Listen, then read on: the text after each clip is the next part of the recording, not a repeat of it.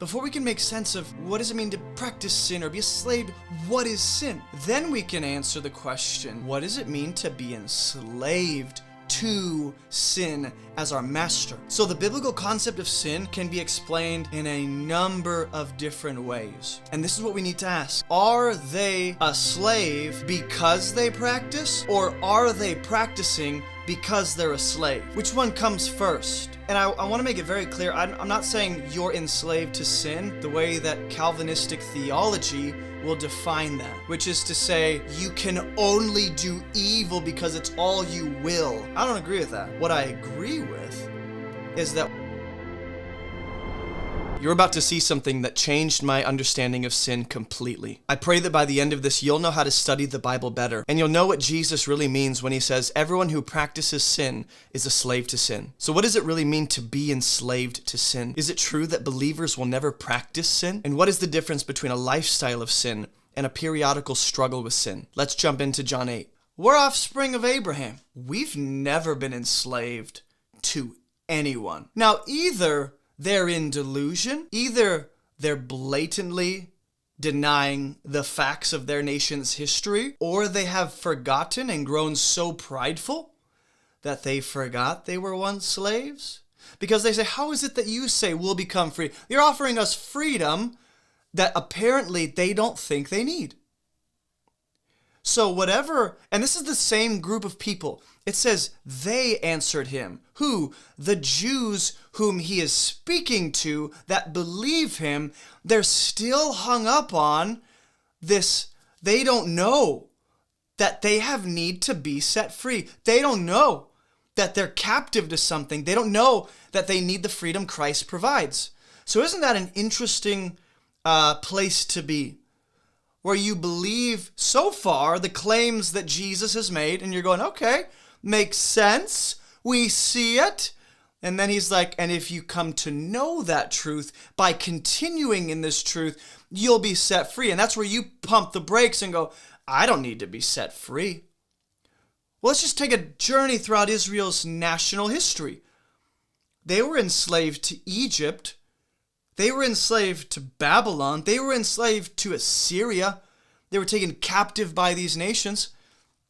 In Judges, the people of Israel, right, they continually fall into a cycle of sin, slavery, set free, judge. So there's a cycle throughout the book of Judges where they commit a sin, rebel against God, give themselves to idols, and then God lets them fall into bondage to those gods. Okay, you want to give yourself to those idols? You're going to be in bondage to those gods, their nation, and their king, and you're going to serve the idols that you've become enslaved to.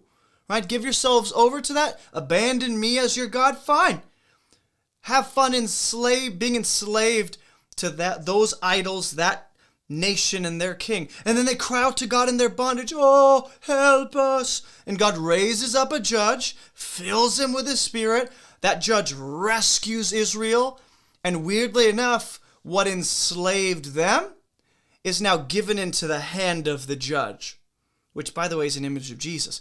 But that enemy king or that nation that was oppressing Israel is now given into the hands of the judge. And the judge rescues Israel and he guides them into spiritual reform, or Deborah, she does.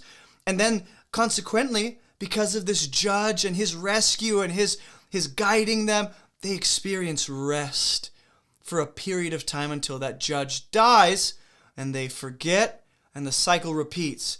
They sin, fall into bondage, they're enslaved. Help us. God rescues, raises up a judge. We're saved. They rest. Cycle repeats. Right? So it's just this vicious cycle. How have they forgotten that? Or why are they denying that history? Right? Jesus here is obviously not just talking physical, national. He's talking about spiritual slavery, spiritual freedom. That whether you're the oppressor or the one being oppressed, everyone needs freedom. And the fact that they identify with Abraham right here, we are offspring of Abraham, means there's a disconnect in their minds. They have not yet apparently arrived at what John would qualify as salvific faith.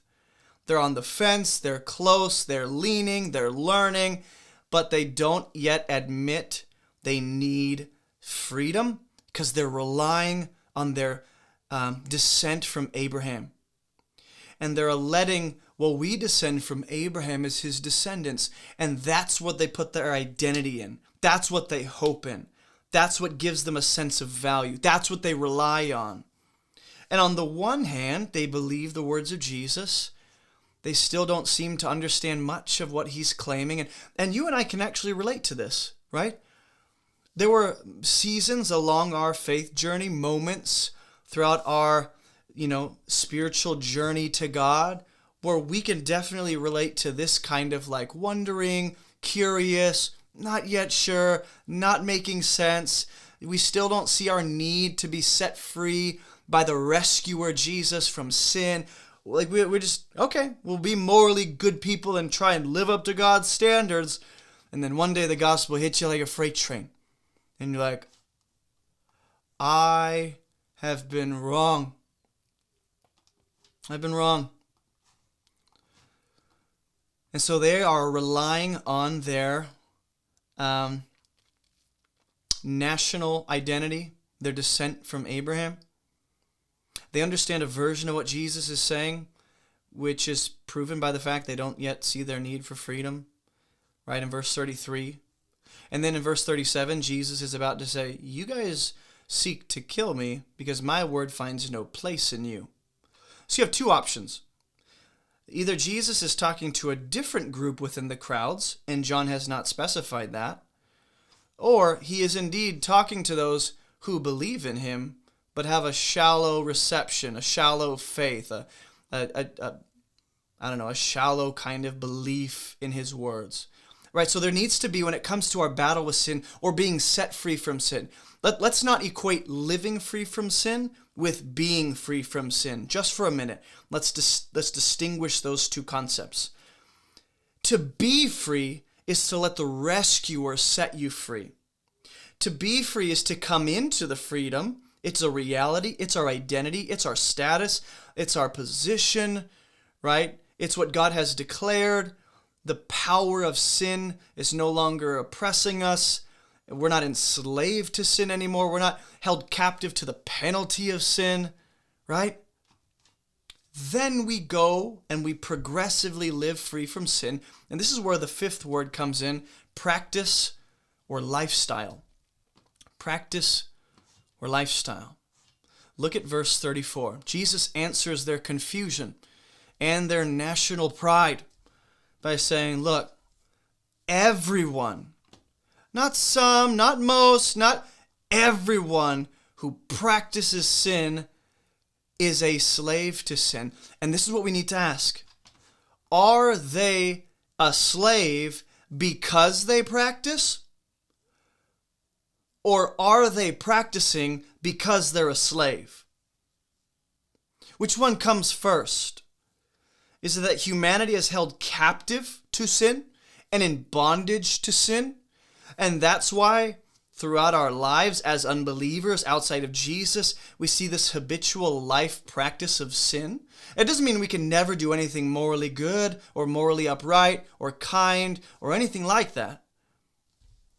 Or is he saying that, well, you practicing sin after enough got you enslaved to sin? Now, in the case of the Judges, the book of Judges, where Israel gives themselves over to idolatry and they become captive to sin, that's a great illustration.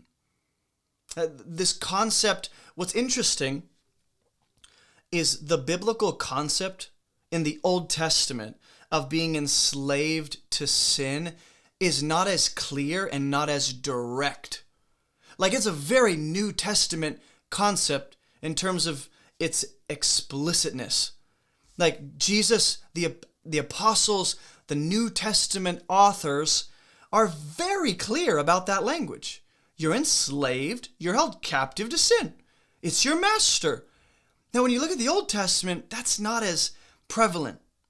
The idea is evident, but let's just think about this. We should be asking, what is sin? Before we can make sense of what does it mean to practice sin or be a slave, what is sin? Then we can answer the question, what does it mean to be enslaved to sin as our master? So the biblical concept of sin can be explained in a number of different ways. Okay, let's just define sin in terms of doing. What is the action of sin? What is the doing of sin? Sin is missing the mark. Sin is falling short. Sin is breaking God's commands, spurning his rules, rebelling against God in some way, shape, or form, in thought, in word, in deed, in attitude, right? Sin is violating the standard of God, the standard of love. Sin is walking contrary to God's character. That's the doing aspect of sin. Now, sin as a concept, sin as, if you want to make it out to be this sinister entity, sin just definably is spiritual debt that we cannot pay back. Sin is a master we're enslaved to. Sin is a snare we're trapped in. Sin is imperfection we can't offset. Sin is spiritual disease that inflicts every single human image bearer of God, and it's a disease we cannot cure. Sin is separation that we can't restore. It's a gap between us and God that we cannot bridge effectively by our own efforts. So all these different ways, biblical Old Testament concepts of how to think about sin, right? And sin is not just one of these things, it's all these things. And so the concept and the conversation about sin is much more complex than just like, you did a no-no. And I want to make it very clear, I'm not saying you're enslaved to sin the way that Calvinistic theology will define that, which is to say, you can only do evil because it's all you will. I don't agree with that. What I agree with is that we are enslaved to a master that rightfully has mastery over us because we've given ourselves over to it. And there's a debt we can't pay to get out and be free. And there's no way for us to break outside of this prison cell. So that's the penalty of sin, is death. We're on death row. We're enslaved to sin on our way straight to death with no hope outside of Jesus.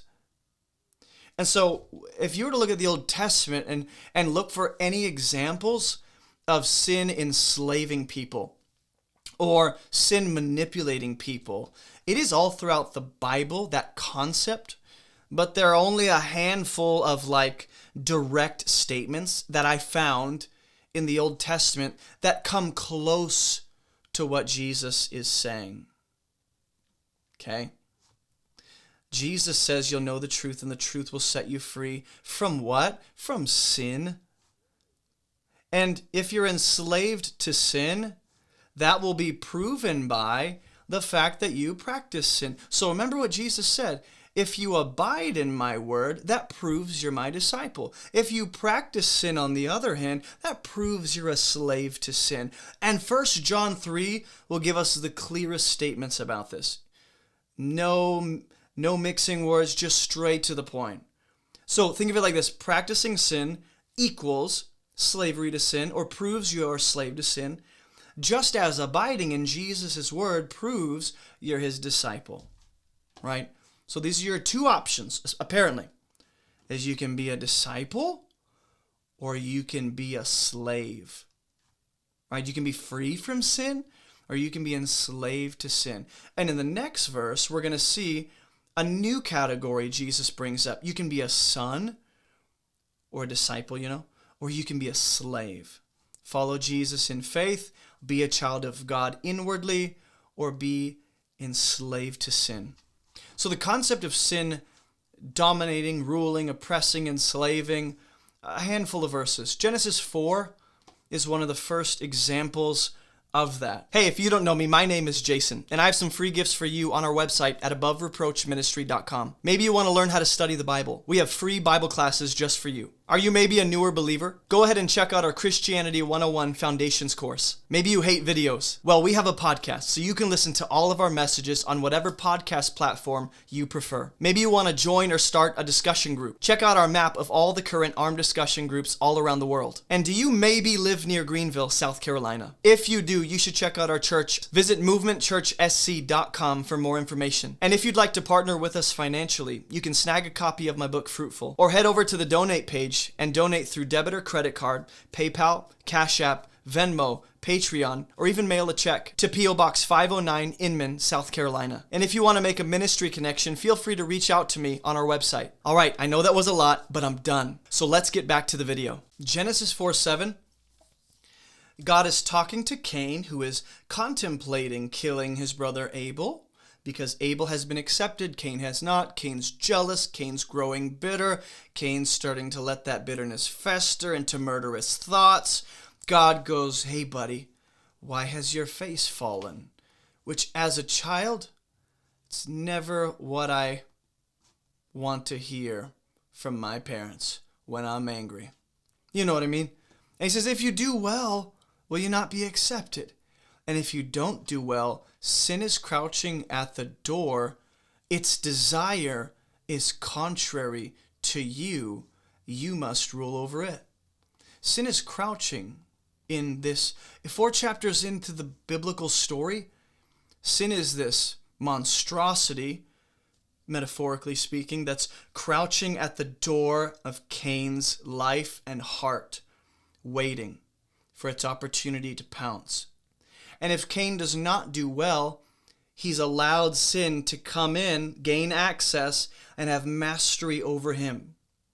But if he does well, he'll rule over sin and not give in to sin's contrary desires. So here we have this contrast in ruling. You either rule sin or sin will rule you. Some of the other examples are found in Proverbs. Proverbs 5:22. The iniquities of the wicked ensnare him. He is held fast in the cords of his sin. He's like being choked out. The iniquities of the wicked, he's ensnared by his sinful desires, sinful appetites, sinful cravings.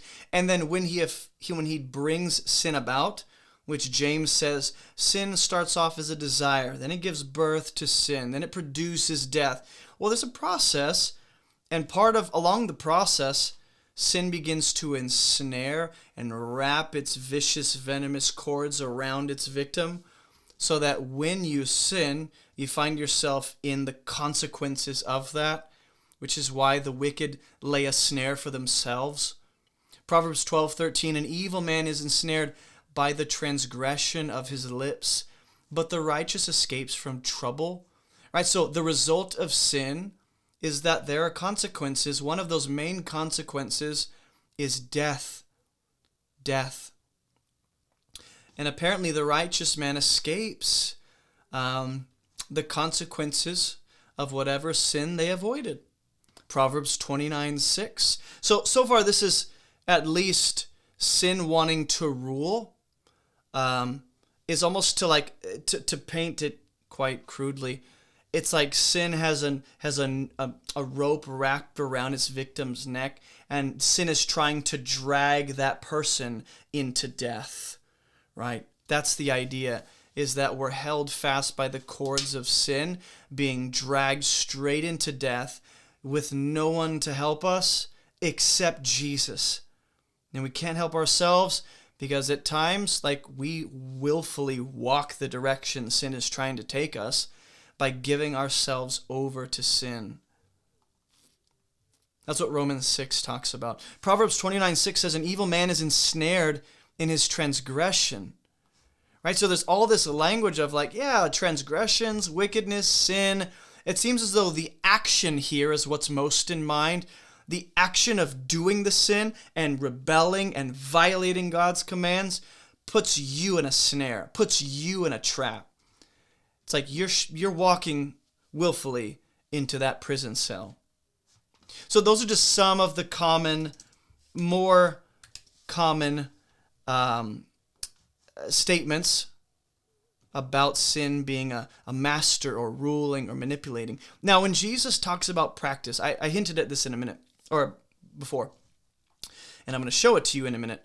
But in 1 John chapter 3, we're going to see what Jesus really means here. Yeah, everyone who practices sin is a slave to sin. On the other hand, whoever abides in my word.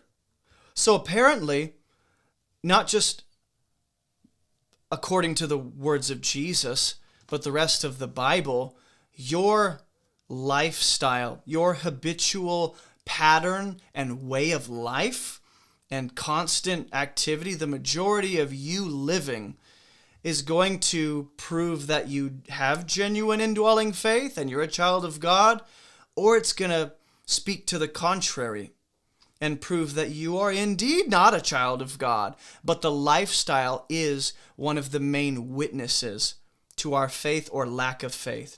Does that make sense? And 1 John is one of the best passages that comments on this.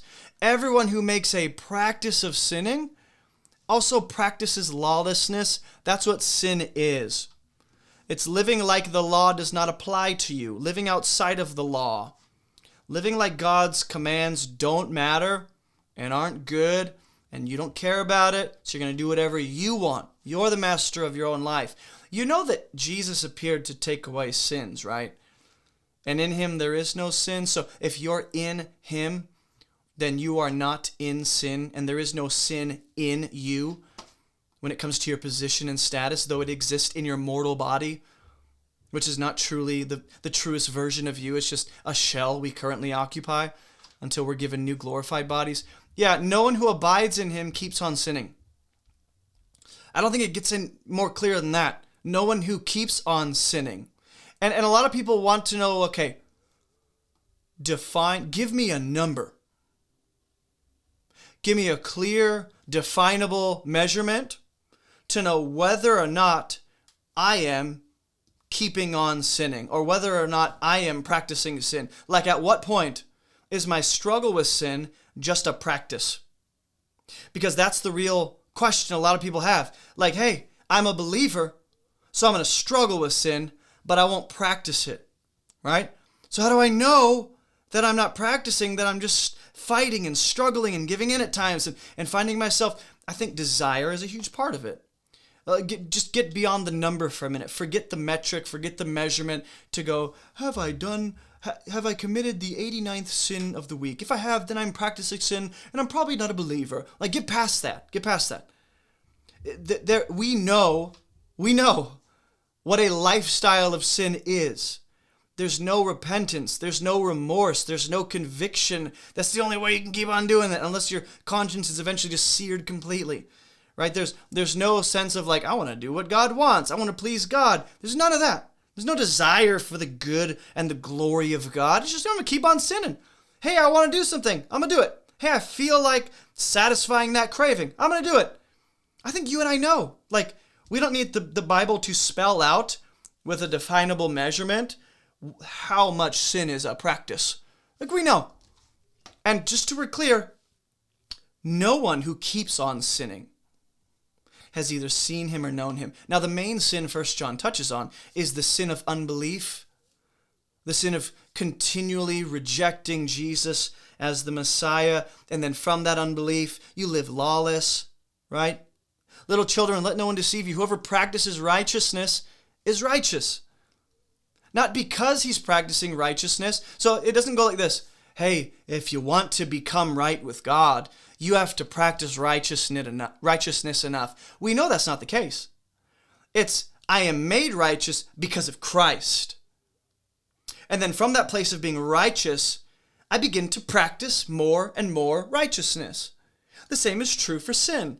You are enslaved to darkness, separated from the life of God, dead in sin. Therefore, your practice will reflect that. So whoever makes a practice of sinning is of the devil. You know, Jesus, weirdly enough, is about to say that same thing in a few verses later in John 8. Whoever makes a practice of sinning is of the devil. So it speaks to your nature. Not just your practice, not just like how you're functioning and how you're thinking, but your nature, who you belong to. So it goes like this. If you're of the devil, then you are not in Christ, obviously, and you'll make a practice of sinning. The reason the Son of God appeared was to destroy the works of the devil, that being sin primarily here. No one born of God makes a practice of sinning. Like he's going to say over and over, this practice, this habitual lifestyle of unrepentant, continual rejection of God and his word with no remorse. That seems to be the idea. For God's seed abides in him. I think that's the Spirit of God here. And he cannot keep on sinning. He's been born of God. That is like one of the key ideas in John's gospel. You need to be born again. Like you don't just need to stop sinning and get your life together. You need to be born an entirely different creation. You need to be reformatted and recreated. You need to become something entirely new. You need to undergo a metamorphosis of sorts. How do I do that? You can't. You can't put yourself in that. You can't bring yourself into that. But God can do that to you. How do I experience that? By believing in his Son. So when I believe, he reformats me, makes me new so that my nature is different. And because my nature and identity have been changed, so will my life change. Yes. So a constant practice of sin proves that someone has not been born of God. They're not righteous. They're not in Christ. And he spells it out here. By this it is evident who are the children of God and who are the children of the devil. Whoever doesn't practice righteousness is not of God, nor is the one who doesn't love his brother. That's what's primarily in mind. Practicing righteousness is loving, having the love of God for others, having the love of God for God himself, reciprocating the love God has shown you. So when Jesus says whoever practices sin is a slave to sin, he's not saying by your continual practice you become a slave. He's saying because that's your identity, because that's your practice, or because that's your nature and your status, your practice will reflect that. Your life will reflect that. The majority of your life will prove that. You can see who someone belongs to by the majority of their life. It's just the fact of the matter. Will we have moments of sin struggle where we give in? Sure. Should we lower the standard and just accept that and be okay with it? I don't think so. That borderlines abusing God's grace as a license to sin. We should find security in his grace, not to keep sinning, but to live free from it. So there's something about when I come to know the grace of God more and his love and forgiveness more, that will be reflected in my growing out of sin. So sin is a part of the conversation. Hey, if you enjoyed this clip, you might want to check out the full video right here, as well as another teaching that YouTube selected just for you. Don't forget to like this video to help us reach more people and subscribe for more biblical content just like this. And thank you so much for partnering with us financially to make this global ministry possible. Our mission is to move people towards Jesus by teaching them how to read the Bible so they can live and teach the Bible themselves. Be sure to check out the website and keep moving towards Jesus. I'll see you in the next video.